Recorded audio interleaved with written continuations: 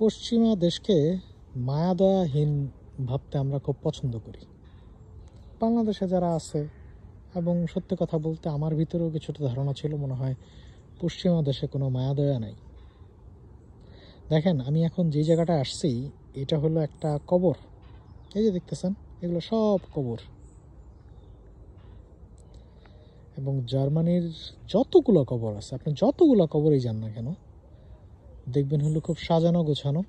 এবং মজার ব্যাপার হলো প্রত্যেকটা কবরেই মানে তার পরিচিত জন খুব সুন্দর করে সাজায় রাখে। এই যে দেখেন, এখানে সাজায় রাখছে, এখানে সাজায় রাখছে। যদিও আসলে এগুলা মানে আর্টিফিশিয়াল ফুল, আবার কিছু কিছু কিন্তু লাইভ ফুলও আছে। যেমন দেখেন এইখানে যেই ফুলগুলো আছে এগুলো লাইভ, যেমন এখানে ঘাসগুলো আছে লাইভ। তো অনেক কিছু আছে এরকম সুন্দর সুন্দর করে রাখা দেয়। যেমন দেখেন এইখানে ওই যে ব্যক্তিরা যে মারা গেছে তার ছবিও এখানে দিয়ে রাখছে। তা আমরা আসলে যতটা ওদেরকে হৃদয়হীন মনে করি তারা কিন্তু ততটা না। এই ব্যক্তিটা মারা গেছে, তারপরেও সেই ব্যক্তিটার কবরকে সুন্দর করে কীরকম সাজায় রাখছে। এখন আপনারা একটা প্রশ্ন করতে পারেন যে ভাই, এরকম করে কবর সাজানো তো ঠিক না। হ্যাঁ, এটা হলো ধর্মীয়গতভাবে আমাদের ক্ষেত্রে ঠিক না, কিন্তু ওদের ক্ষেত্রে তো ঠিক।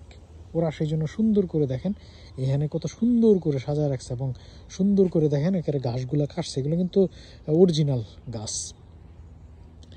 এরকম পুরা জায়গাটায় অনেকগুলো কবর আছে। আমি প্রায় কবরস্থানে ঘুরতে আসি, কারণ হলো জায়গাটা একবারে পার্কের মতো। এবং নট অনলি আমি, জার্মানরাও প্রচুর কবরস্থানে ঘুরতে আসে।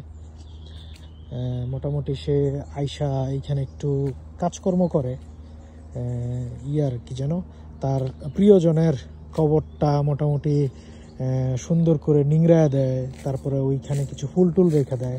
যেমন দেখেন এই যে এইখানে একজন মারা গেছে, তার জন্য এই যে এইখানে একেবারে লাইভ ফুল, মানে এগুলো কিন্তু অরিজিনাল ফুল রেখে গেছে, হয়তো কিছুদিন আগে রেখে গেছে, হয়তো তার ছেলে মেয়ে অথবা তার পার্টনার এমন হতে পারে আর কি। দেখেন মানে সব কবরে ভর্তি।